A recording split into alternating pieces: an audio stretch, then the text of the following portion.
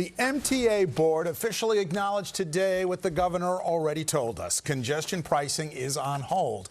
The controversial tolls were set to begin this Sunday until Governor Hochul decided to put the brakes on it earlier this month. However, the pause is now causing the MTA to make some tough decisions when it comes to plugging the financial hole left behind. Now, $16.5 billion worth of projects are being paused, including the 2nd Avenue subway expansion and 23 projects aimed at making the subways more accessible.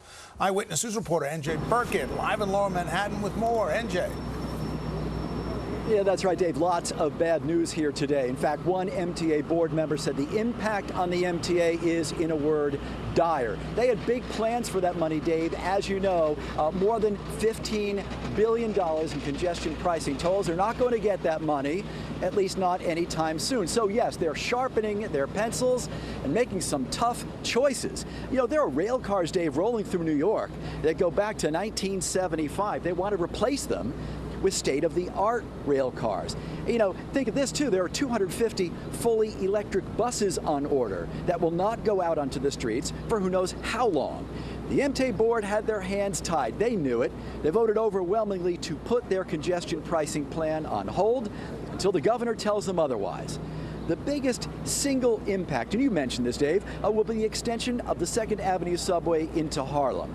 That is on hold, along with a wide variety of station improvements and signal system upgrades so they can run the trains more often, run them faster. Now, the MTA is forced to scale back and focus mainly now on maintaining the system they've got.